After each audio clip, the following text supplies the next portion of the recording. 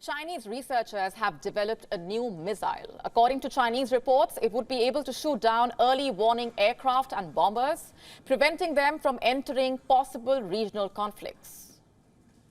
You see, China is growing increasingly possessive of territories it claims as its own, and so it's coming up with new weapons to safeguard them, perhaps. But is there more to this? Is this a provocation for India? Let me first tell you more about the new Chinese missile itself. It is a surface-to-air missile with a killing range of over 2,000 kilometers. 2,000 kilometers. Surface-to-air missiles typically have a flight range of tens of kilometers, the fastest few reaching several hundred kilometers.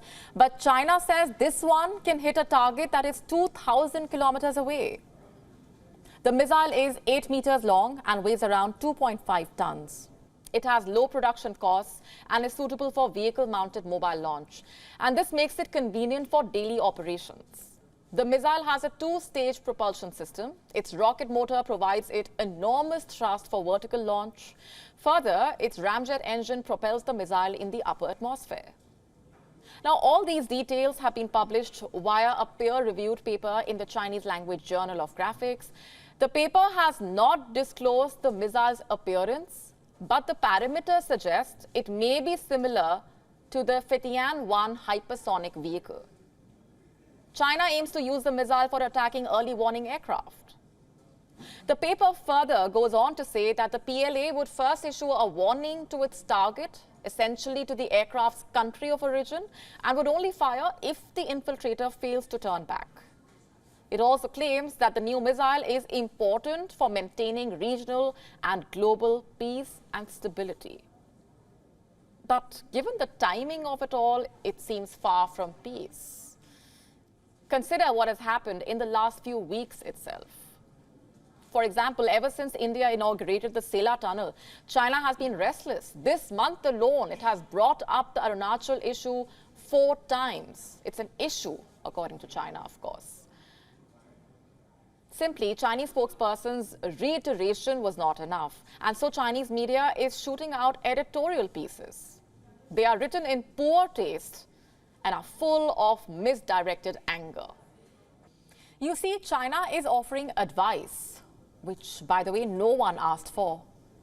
One of the editorials says, India is naive to interfere in the South China Sea issue. Let me just give you some context here. After the recent flare-ups in the South China Sea, the Indian External Affairs Minister, Dr. S. Jaishankar, met with his Philippine counterpart in Manila. He called for staunch adherence to a rules-based order, which China is particularly averse to. And now it is mad over India for supporting the Philippines. But why? What did it even expect when it started bullying its neighbors? That they will just stand around and do nothing? I'm sorry, that's not happening. You see, China is questioning India's role in the South China Sea. It says it is not directly involved in the South China Sea issue, but I think it has not taken a look at the map recently.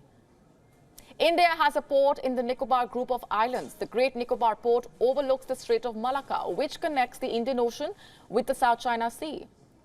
India has a very strategic role to play here. It controls choke points in the region, and China is claiming India has nothing to do in the South China Sea. Sounds like a gross understatement. The editorial piece also claims that India is exploiting the South China Sea issue as a strategic hedge against China, essentially to build pressure. But deep down, China just seems triggered by what's going on in Arunachal Pradesh. India is boosting infrastructure near the line of actual control. It is increasing last-mile connectivity to the border areas. It's also deploying more troops. And why shouldn't it? Considering China's absurd claims that are frantic and frequent.